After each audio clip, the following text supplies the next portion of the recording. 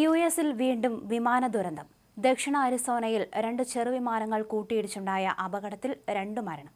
പ്രാദേശിക സമയം ബുധനാഴ്ച രാവിലെയായിരുന്നു സംഭവം. വിമാനങ്ങൾ പറക്കലിനിടയിലാണ് കൂട്ടിയിടിച്ചത്.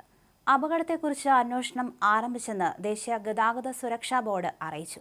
അപകട കാരണം വ്യക്തമായിട്ടില്ല. യു.എസിൽ ഒരു മാസത്തിനിടെ ഇത് 4ാമത്തെ വിമാന അപകടമാണ് സംഭവിക്കുന്നത്. ഒരു ദിവസം മുൻപാണ് കാനഡയിൽ വൻ അപകടമുണ്ടായത്. പ്രാദേശിക സമയം തിങ്കളാഴ്ച വൈകിട്ട് 3:30 ടൊറന്റോ വിമാനത്താവളത്തിൽ ലാൻഡ് ചെയ്യുന്നതിനിടെ ഡെൽറ്റ 4819 യാത്രാ വിമാനം തലകീഴായി മറിഞ്ഞ് 19 യാത്രക്കാർക്ക് പരിക്കേറ്റിരുന്നു. 4 ക്യാബിൻ ക്രൂ അടക്കം 80 പേരാണ് വിമാനത്തിൽ ഉണ്ടായിരുന്നത്. യു.എസിലെ മിനിയപാലസിൽ നിന്ന് ടൊറന്റോയിലെത്തിയ ഡെൽറ്റ വിമാനമാണ് അപകടത്തിൽപ്പെട്ടത്.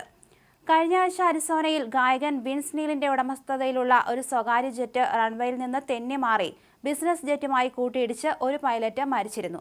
ജനുവരിയിൽ വാഷിംഗ്ടണിലെ റൊണാൾഡ് റെയ്ഗൻ നാഷണൽ എയർപോർട്ടിൽ യാത്രാ വിമാനം ഹെലികോപ്റ്ററിൽ ഇടിച്ചുണ്ടായ അപകടത്തിൽ 67 പേര് മരിച്ചിരുന്നു. കൂട്ടിയിടിക്ക് 30 സെക്കൻഡ് മുൻപ് എയർ ട്രാഫിക് കൺട്രോളർ ഹെലികോപ്റ്ററിന് മുന്നറിയിപ്പ് നൽകിയെങ്കിലും ഫലമുണ്ടായില്ല.